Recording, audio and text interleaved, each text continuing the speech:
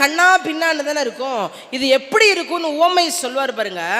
கண்ணகி சிலம்ப உடைச்சால, சிலம்ப உடைச்சோன்னே அரசியினுடைய சிலம்பில் இருந்தது வெள்ளையான முத்து பரல்கள், கண்ணகியினுடைய சிலம்பில் இருந்தது மாணிக்க பறல்கள் சிகப்பாக இருக்கும்.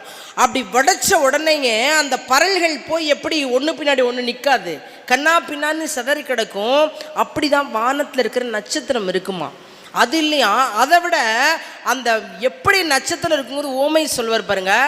இந்த மழை நாளில் இப்போ போய் மரத்தில் பாருங்களேன் மின்மினி பூச்சிகள் இருக்கும்.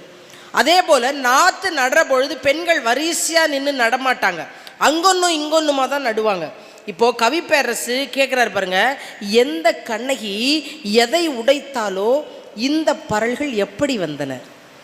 மின்மினி பறவைகள் மேகக்கிளையில் பொன்மணி கூடுகள் புதுப்பித்தனவோ, வெள்ளி சிமிழ்கள் விசும்பு வயலில் நள்ளிருள் நடத்தும் நாற்று நடவுகள், சுந்தர மங்கையர் செந்தளிர் குழந்தையை செவியோடு அணைத்து தாய்ப்பால் கொடுக்கையில் தவறிய துளிகள் காய்த்து சிதறிய கற்பக விதைகளாக அழுதோ வானத்தில் நட்சத்திரங்கள் என்று எழுதுவார். இந்த நட்சத்திரத்துக்கு இவ்வளவு கற்பனை.